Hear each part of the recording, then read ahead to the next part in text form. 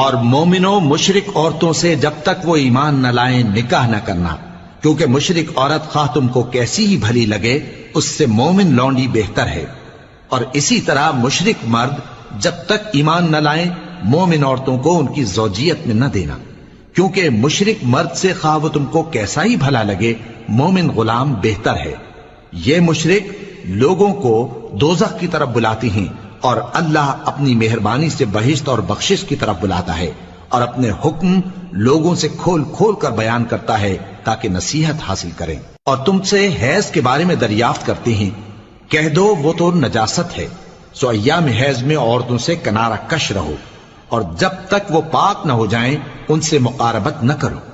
ہاں جب وہ پاک ہو جائیں تو جس طریق سے اللہ نے تمہیں ارشاد فرمایا ہے ان کے پاس جاؤ، کچھ شک نہیں کہ اللہ توبہ کرنے والوں اور پاک صاف رہنے والوں کو دوست رکھتا ہے۔